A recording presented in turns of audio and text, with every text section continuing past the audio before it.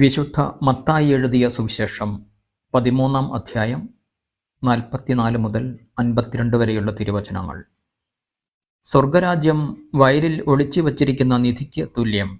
അത് കണ്ടെത്തുന്നവൻ അത് മറച്ചുവെക്കുകയും സന്തോഷത്തോടെ പോയി തനിക്കുള്ളതെല്ലാം വിറ്റ് ആ വയൽ വാങ്ങുകയും ചെയ്യുന്നു. വീണ്ടും സ്വർഗരാജ്യം നല്ല രത്നങ്ങൾ തേടുന്ന വ്യാപാരിക്ക് തുല്യം. അവൻ വിലയേറിയ ഒരു രത്നം കണ്ടെത്തുമ്പോൾ പോയി തനിക്കുള്ളതെല്ലാം വിറ്റ് അത് വാങ്ങുന്നു. സ്വർഗരാജ്യം എല്ലാത്തരം മത്സ്യങ്ങളെയും ശേഖരിക്കാൻ കടലിൽ എറിയപ്പെട്ട വലയ്ക്ക് തുല്യം. വല നിറഞ്ഞപ്പോൾ അവർ അത് കരയ്ക്ക് വലിച്ചു കയറ്റി. അവർ അവിടെ ഇരുന്ന് നല്ല മത്സ്യങ്ങൾ പാത്രത്തിൽ ശേഖരിക്കുകയും ചീത്ത മത്സ്യങ്ങൾ പുറത്തേക്ക് എറിയുകയും ചെയ്തു. യുഗാന്തത്തിലും ഇതുപോലെ സംഭവിക്കും. ദൈവദൂതന്മാർ ദുഷ്ടന്മാരെ നീതിമാന്മാരിൽ നിന്ന് വേർതിരിക്കുകയും അഗ്നികുണ്ഡത്തിലേക്ക് എറിയുകയും ചെയ്യും.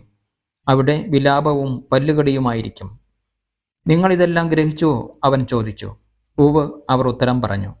അവൻ തുടർന്നു, സ്വർഗരാജ്യത്തിൻ്റെ ശിഷ്യനായി തീർന്ന ഓരോ നിയമജ്ഞനും തൻ്റെ നിക്ഷേപത്തിൽ നിന്ന് പുതിയതും പഴയതും പുറത്തെടുക്കുന്ന വീട്ടുടമസ്ഥന് തുല്യൻ.